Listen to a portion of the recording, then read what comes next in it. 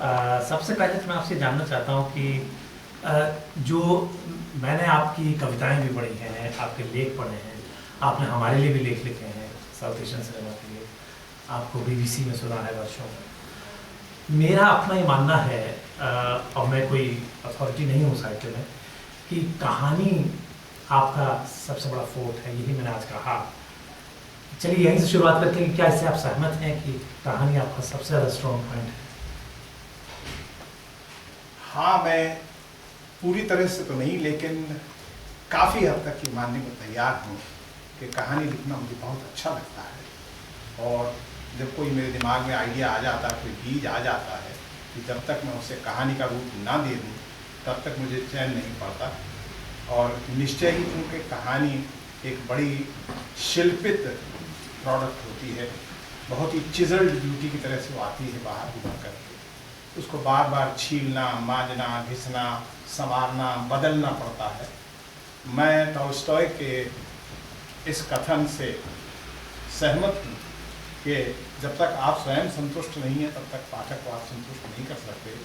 मैंने पढ़ा है कि टॉल्स्टॉय ने अपने महान उपन्यास वॉर एंड पीस को 123 बार बदला था। मैं उतनी बार तो अपनी कहानियाँ नहीं बदलता, लेकिन मैं उसको लिख करके छोड़ देता हूँ और फिर एक अंतराल के बाद मैं उसे लिखता हूँ। पर यह बात आपकी सही है, कहानी लिखना मुझे बहुत अच्छा लगता है और मैं गाहे बगाहे कहानियाँ लिखता हूँ, लेकिन उतनी ही गहराई या उतनी ही जोर के साथ मेरे अंदर कविता और व्यंग्य भी उभरते हैं। तो ये समय की बात है कब कौन सा आइडिया मुझे बाध्य करता है लिखने। क्योंकि मैं कहानी से फैसिनेटेड हूँ, इसलिए मैं थोड़ा सा जो आप जिस तरह से चरित्र गढ़ते हैं अपनी कहानियों में, वो जो आपके चरित्र हैं मुझे बहुत ज़्यादा एक्साइट करते हैं। क्योंकि एक ख़ास चीज़ जो मैं उन चरित्रों में देखता हूँ कि उसमें कैमोफ्लॉजिंग बहुत अच्छी होती है। बहुत सारे चरित्र, जाहिर है कि हम लोग इस समाज में यहाँ पे बहुत थोड़े लोग हैं, हमें जो कहानी भी अगर हम लिखेंगे तो आपस के ही लोगों से चरित्र आप लेते हैं, पर आपके किसी भी चरित्र को देख के ये नहीं कहा जा सकता कि ये फलां चरित्र पर आपने कहानी लिखी है। तो एक तो मुझे ये बात आपको बड़ी पसंद है, इस पर आप कुछ कहेंगे कि कैसे आप गढ़ते हैं उसे? ऐसा है कि कोई भी कलाकार हो, वो जिस मीडियम को या माध्यम को इस्तेमाल करता है, उसके बाद उसकी जो प्रस्तुति होती है वो तो बदलती जाती है। मैं एक घर की मिसाल देता हूँ। हम सबके घर में वही आटा दाल चीज़ें आती हैं, लेकिन उसका जो दाल का या सब्ज़ी का या तरकारी का रूप बनता है वो कच्चे माल से काफ़ी भिन्न होता है। तो लेखक लेता तो समाज से ही है सारी सामग्री, लेकिन ये है कि जब उसका वो रचाव करता है किसी कलाकृति में, किसी कहानी में, उपन्यास में या किसी और चीज़ में, तो उस रचाव में ही सारी उसकी कला है, कौशल है, और इसी से वो कहानी भी बनती है। अगर पहचान में आ जाए तब तो वो राग द्वेष से युक्त हो जाती है। जब राग द्वेष ना हो तब कच्चा माल तो समाज ही देता है, लेकिन वह कहानी का रूप ले लेता है तो निश्चय ही हो। जब हम कोई कहानी लिखते हैं, जब कोई चरित्र पैदा करते हैं, चूँकि कभी कभी मैं ये सोचता हूँ कि मैं कोई स्क्रिप्ट लिखूँ तो वो एक ऐसा इतना मुश्किल काम है किसी चरित्र को बनाना। क्योंकि एक बार मुझे याद है, मैंने श्याम बेनेगल से बात कर रहा था, तो उन्होंने मुझसे कहा कि ललित, चरित्र को बनाना बहुत आसान है कि आप कोई कैरेक्टर बना लीजिए और उसके बाद उसको उस पर ट्रूली उस चरित्र को बनाए रखना बड़ा मुश्किल है। क्योंकि वो कहते हैं कि एक बार अगर आपने कैरेक्टर बना दिए तो फिर कैरेक्टर्स आपको डिक्टेट करने लगते हैं, क्योंकि कैरेक्टर्स के अपना एक चरित्र पैदा हो जाता है। तो कई कहानियों को पढ़ने में ऐसा लगता है, कहानियाँ कुछ कमज़ोर होती हैं, ऐसा लगता है कि चरित्र थोड़ा सा कंट्राइव्ड है, थोड़ा सा उसकी कंसिस्टेंसी उतनी अच्छी नहीं है। तो इस पर क्या कहना चाहेंगे? ऐसा है कि अगर लेखक ने बहुत मेहनत की है और बड़ी गहराई से अपने विषय को समझा, पकड़ा, प्रस्तुत किया है, तो कचायंद रहने की गुंजाइश नहीं होती। और चूँकि उसने उसे बार बार संवारा है तब भी इसकी गुंजाइश नहीं होनी चाहिए। लेकिन हर एक की अपनी सामर्थ्य की सीमा होती है, हर एक के अपने कला कौशल की सीमा होती है, उससे आगे वो नहीं जा सकता। अगर वो चला जाता तो सारे कहानीकार प्रेमचंद हो गए होते, सारे ही कवि जो है वो सूरदास या तुलसीदास बन गए होते, ऐसा नहीं होता। हर एक की अपनी अपनी प्रतिभा की, सामर्थ्य की, ज्ञान की, अभ्यास की, प्रस्तुति की, दृष्टिकोण की, जिस चौकटे में उसे वो पेश कर रहा है उसकी सबकी अपनी अपनी सीमाएं होती हैं जो उसे निर्धारित करती हैं। बाकी जब कहानी की बात आप करते हैं तो मैं इतना इसमें और जोड़ना चाहता हूँ कि कहानी की अनेक परिभाषाओं में से एक ये भी है कि ये सक्रिय पात्र का वर्णनात्मक प्रतिनिधान है। जहाँ सक्रिय पात्र आ जाएगा उसकी क्रियाशीलता किसी टाइम और स्पेस कॉन्टिन्यूम में, किसी देश और काल के संदर्भ में उभरेगी, और जब ये सब आ जाएगा तो स्थिति परिस्थिति बनेगी। जब ये आ जाएगा तो कोई ना कोई घटना और उसका कारणकारी संबंध उत्पन्न होगा, या वो मानसिक द्वंद्व में चला जाएगा या बाहर, और कोई ना कोई परिवर्तन घटित होकर ही रहेगा। इसलिए जब आप पात्र का सृजन करते हैं और ये सारी अवधारणाएं और परिकल्पनाएं आपके मस्तिष्क में रहती हैं, तब कचायन की गुंजाइश तो नहीं होनी चाहिए, लेकिन रह जाती है अपनी अपनी सीमाओं के कारण। ये जो आपकी कहानी है कच्ची गिरियाँ, हालांकि मेरे को सारी कहानियाँ उसमें अच्छी लगी, पर मेरी जो फेवरेट कहानी है, सबके अलग अलग है, कच्ची गिरियाँ है, वो इतनी ज़्यादा फैसिनेटिंग कहानी है। एक तो उसका नाम आपने अस्मिता रखा है, और मुझे लगता है कि आप पता नहीं मेरे उस एनालिसिस से एग्री करते कि नहीं, मुझे लगता है कि बड़ी ही स्टार्क कहानी है, इसमें मेलोड्रामा है। अगर मान लीजिए किसी के घर में लड़की, अगर मान लीजिए नाजायज़ पेट उसका ठहर जाता तो कितना उसमें कोहराम मचता है, किस तरह से उसका बाप बिहेव करता है, छाते से उसको मारने, ये सब बातें बड़ी रियलिस्टिक उसमें हैं। पर मुझे ये लगा कि वो कहानी बड़ी इंटेलिजेंट है, क्योंकि उसमें जो कॉन्फ्लिक्ट है वो अस्मिता के साथ जो हुआ वो नहीं है। क्योंकि जब भी वो इयन से आर्गुमेंट करती है तो वो उससे आर्गुमेंट जीतना चाहती है, और भले वो यहाँ पैदा हुई है पर वो भारत के मूल्यों को एक तरह से वो उसकी दुहाई देती है। तो क्या ये बात सही है कि उसमें जो उसकी जो असल कहानी है वो भीतर है, और जो आपने कैरेक्टराइजेशन और अस्मिता जो उसका आपने नाम रखा वो एक्चुअली अस्मिता भारत की और यहाँ की जो कॉन्फ्लिक्ट है, इस पर क्या? ऐसा है कि कुछ लोगों ने और भी इस ओर इंगित किया है, मेरी कहानियों का एक स्तर तो नहीं होता, ये मैं भी जानता हूँ। तो इसलिए जो आप प्रकट या स्थूल रूप में, अभिधात्मक रूप में पढ़ते हैं, निश्चय ही कहानी वहाँ तक नहीं रहती। अगर वहाँ तक रहे तो मैं अपने आप को सफल कहानीकार नहीं मानता, उसे वहाँ से आगे कहीं जाना चाहिए, और वही मैं पैदा करने की कोशिश करता हूँ कि ऊपरी तौर पर तो आपको वो पात्र या परिस्थितियाँ या किसी तरह का द्वंद्व दिखाई पड़ता है, लेकिन उस द्वंद्व की कई परतें हैं, कई स्तर हैं उसके। तो अच्छी कहानी के लिए मैंने भी जो कहानी के शिल्प पर कार्य किया है, यही देखा, पढ़ा, सुना, समझा है कि जिस कहानी के स्तर उपस्तर कई होते हैं वो कहानी उतनी ही गहरी चली जाती है। लेकिन अगर आप उसको पहले ही पाठ में पढ़ के समझ लें तो फिर तो वह साधारण कहानी। मेरी कोशिश होती है कि वह उससे कहीं और आगे जाए। इस संग्रह में आपकी अपनी कौन सी फेवरेट है? ये कहना बड़ा मुश्किल है, क्योंकि किसी भी कहानी को फेवरेट कह देने का मतलब होगा कि दूसरी मुझे नापसंद है। सच मानिए, जब भी मैं कोई कहानी लिखता हूँ, बड़े प्रीत से, बड़े प्रेम से उसका पालन पोषण करता हूँ, सृजन करता हूँ।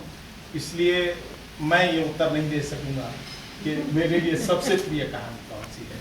इसके लिए मैं अक्सर एक उदाहरण देता हूँ कि जैसे मनुष्य को अपनी संतानें प्यारी होती हैं, वो ये नहीं कह सकता कि मुझे ये बड़ा लड़का पसंद है, ये छोटी। कहते होंगे लोग, पहले परिवारों में ऐसे होता था, लेकिन मैं उस तरह का पिता या परिवार का आदमी नहीं हूँ जो कहे कि मुझे बड़ा बेटा पसंद है या बेटी पसंद है या अंत पसंद। इसलिए मैं इसका उत्तर नहीं दे सकूँगा।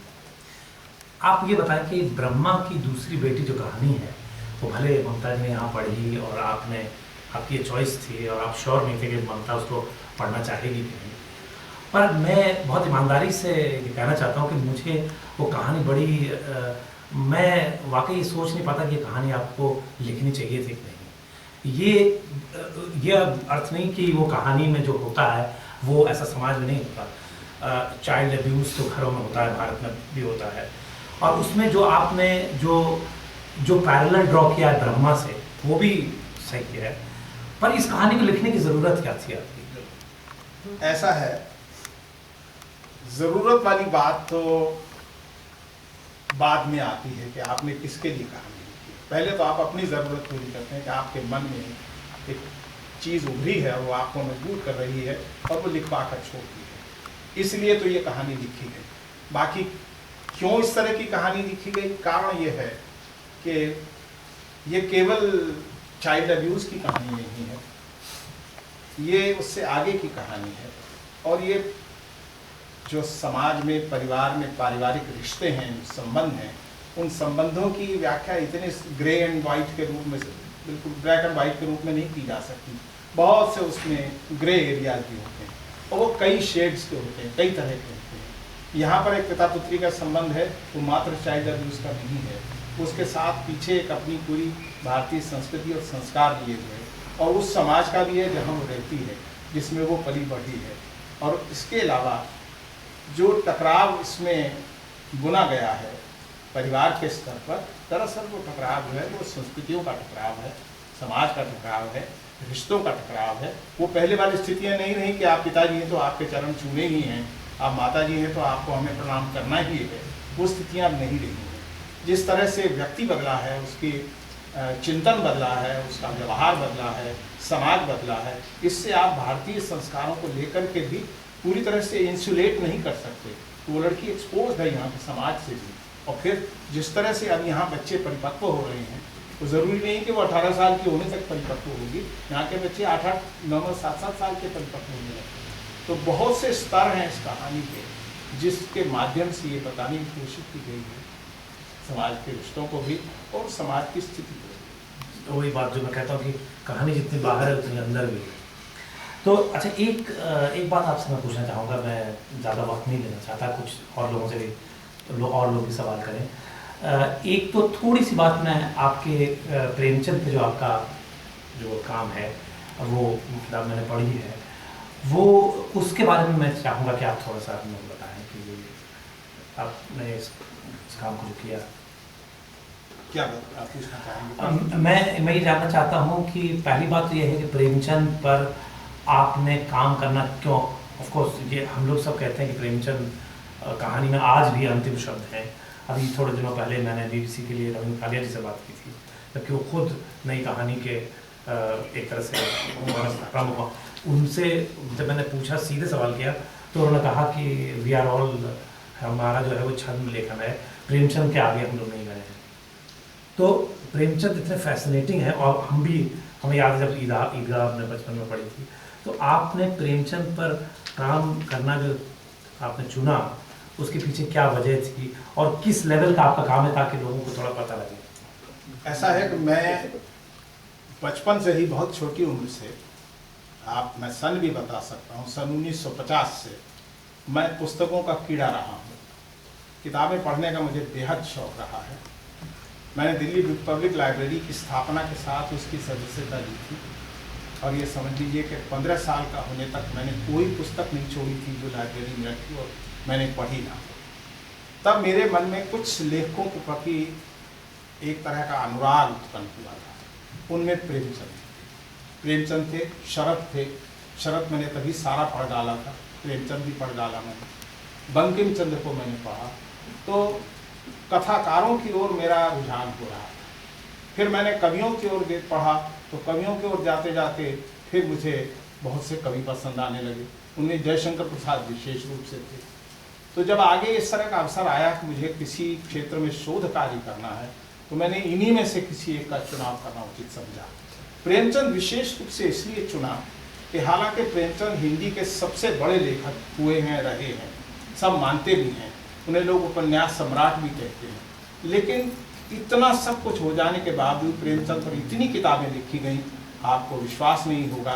मैं पहला आदमी हूँ जिसने प्रेमचंद की कहानियों पर PhD की है। मुझसे पहले किसी ने कहानियों पर काम नहीं किया। इसलिए भी, और चूंकि हमें रिसर्च मेथोडोलॉजी सीखते हुए ये सिखाया गया था कि आप वो क्षेत्र चुनें जिसमें आप कुछ योगदान कर सकें, कुछ मौलिक कंट्रीब्यूट कर सकें। मैंने देखा कि इस क्षेत्र में मैं कुछ अपनी ओर से दे सकता हूँ। वो सब चीज़ें थीसिस में नहीं आई हैं जो मैंने तैयारी के रूप में की हैं। मैंने तो प्रेमचंद की कहानियों के पूरे मैथमेटिकल ग्राफ पेपर लेकर के और उसकी मैथमेटिकल प्रोग्रेशन तक बनाई हैं, और वो थीसिस में नहीं आ सकती थी। तो प्रेमचंद को मैंने ये पढ़ते हुए पाया कि कितनी बड़ी चीज़ थी जो प्रेमचंद दिख गए और लोगों तक पहुंची ही नहीं। और दूसरी बात यह है कि जिस तरह से लोग कहानी शिल्प को या उपन्यास शिल्प को व्याख्यायित करते हैं, उसको परिभाषित करते हैं, वो इतना बचकाना और इतना घिसा पिटा और इतना क्या कहूँगा कि पृष्ठ पेशा हो रहा है, एकदम पहले के कहे हुए को लोग दोहराए चले जाते हैं। तो मेरी इच्छा थी कि कहानी के असली शिल्प को समझा जाए और फिर देखा जाए कि जो कहानी का वास्तविक बड़ा उन्नत शिल्प होता है, क्या प्रेमचंद उस तरह के कहानीकार थे? ये ज़रूरत थी जिसको लेकर के मैंने किया। तो ज़रूर इसको पूरा करने के बाद आप स्वयं अनुमान लगा सकते हैं कि उसका महत्व क्या है, चूँकि वो पहला काम है और कहानी शिल्प पर ही उसका जो पहला चैप्टर है, पहला अध्याय है। मुझे गर्व से ये कहते हुए बड़ा गर्व अनुभव होता है कि मेरे उस थीसिस के पहले चैप्टर पर मुझे डीलिट अवार्ड दी थी, सिर्फ एक चैप्टर पर। मेरे एग्जामिनर ने कहा था कि इससे बेहतर काम हिंदी में अब तक नहीं हुआ, ये अब तक का सर्वोत्कृष्ट कार्य है। एक एग्जामिनर ने मेरी कॉपी जांची थी थीसिस की, उस पर अपने हाथ से लिख करके मुझे कॉपी भेंट की थी कि ये मैं समझता हूँ आपके इसके बारे में। तो उस शिल्प को समझने के बाद फिर जब मैंने प्रेमचंद को उस पर कसना शुरू किया तो मैंने पाया कि प्रेमचंद के बारे में कितनी गलत धारणाएं, कितनी भ्रांतियां, कितनी बचगानी चीज़ें चलती रही हैं, वो आज भी मौजूद हैं। क्योंकि हिंदी में शोध प्रबंधों की ये दुर्भाग्य है कि वो छप हो जाते हैं, लोग डॉक्टरेट कर लेते हैं, बड़ी मुश्किल से तो थीसिस छपते हैं, लेकिन जब छप भी जाते हैं तो उन्हें बेचना मुश्किल होता है और बिक जाते हैं तो कोई पढ़ता नहीं। इसलिए नहीं तो लोगों की निगाह में आता होगा, लेकिन जहाँ आया है वो दिल्ली विश्वविद्यालय के एमए और ऑनर्स की क्लास की वो टेक्स्ट बुक की तरह से है। तो मुझे अब तक जितने अध्यापक मिले हैं सब ने यही कहा है कि आपकी किताब पढ़े बिना हम प्रेमचंद नहीं पढ़ा सकते। मैं अंत में आपसे बस एक सवाल बहुत संक्षेप में उसका जवाब दें कि जो शिवकांत जी ने जो अपने पत्र में कहा है कि आपकी जो बहुत अच्छा उन्होंने लिखा है, लेकिन उन्होंने जो एक बात कही है उस पर मैं जानना चाहूँगा कि ये जो आपका कहानी संग्रह है ये ब्रिटेन में बसे पंजाबियों के ऊपर है, क्या इससे आप सहमत हैं? नहीं, मैं सहमत नहीं हूँ, क्योंकि इसमें अलग अलग वर्गों के पात्र हैं।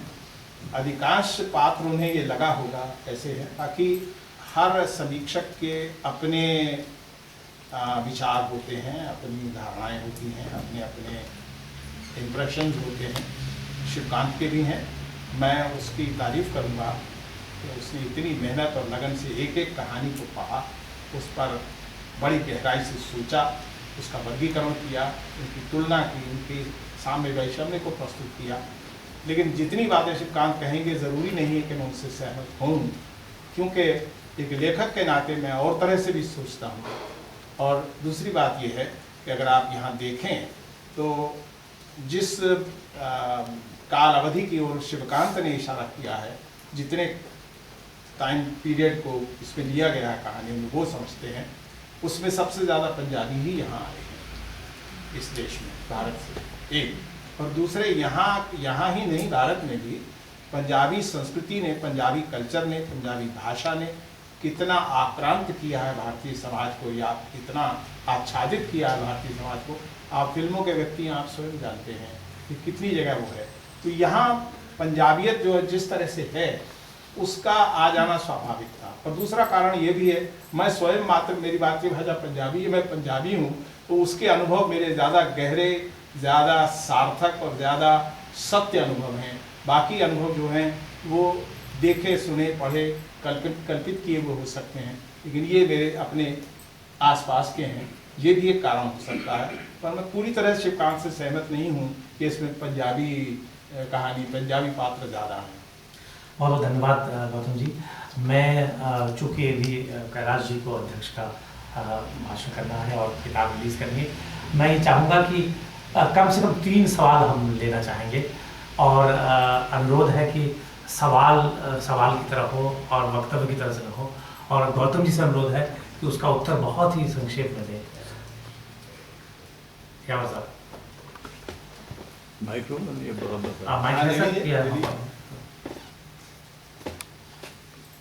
नीचे से खुलेगा, नीचे से ऑन कर। हाँ, मेरा नाम यावर अब्बास है और ललितमोहन की नज़रों में हालांकि मैं मौजूद नहीं हूँ, लेकिन फिर भी मेरा ढीठपन है कि मैं सवाल कर रहा हूँ। गौतम, इन्होंने जो कहानी पढ़ी आपकी, ब्रह्मा की दूसरी बेटी, बड़ी पावरफुल कहानी, और जिस तरह से इन्होंने पढ़ा वो भी वाकई बहुत ही पावरफुल अंदाज में उन्होंने पढ़ा।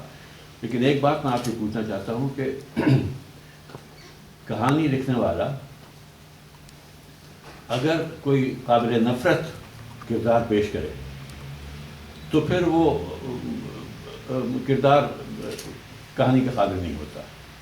जिस तरह से किरदार पेश किया गया, उस आदमी से सिर्फ नफ़रत होती है, उससे हमदर्दी का शायबा तक भी पैदा होता है, लेकिन कोई शख्स 100% काबिल नफ़रत नहीं होता।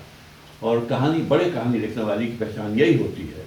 आपने खुद ही इसका तस्करा किया कि प्रेमचंद अगर इतना बड़े कहानी हुआ तो आप प्रेमचंद की कोई भी किरदार लीजिए, आपको उनके किसी किरदार से नफ़रत नहीं होगी, हमदर्दी होगी, तरस आएगा, रहम आएगा। तो क्या ये मैं गलत समझ रहा हूँ या आपने अपनी कहानी में उसके दूसरे पहलू पेश किए हैं? पहले तो ये कि प्रेमचंद के कितने ही पात्र हैं जिनसे आप घोर नफरत कर सकते हैं, घोर घृणा कर सकते हैं, ऐसे कि आपका जी चाहे कि उन्हें मार डालें, काट डालें। प्रेमचंद की निहायत बेहतरीन कहानियों में एक है